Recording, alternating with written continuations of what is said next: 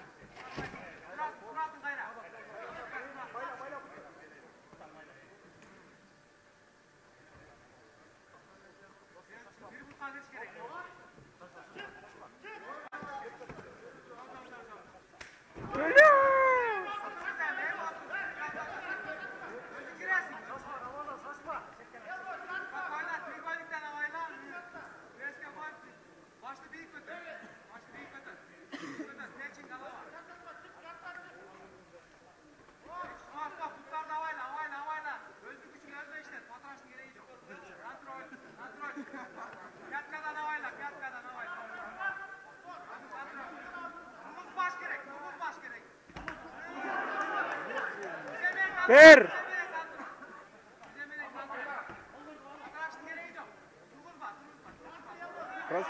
Dağı.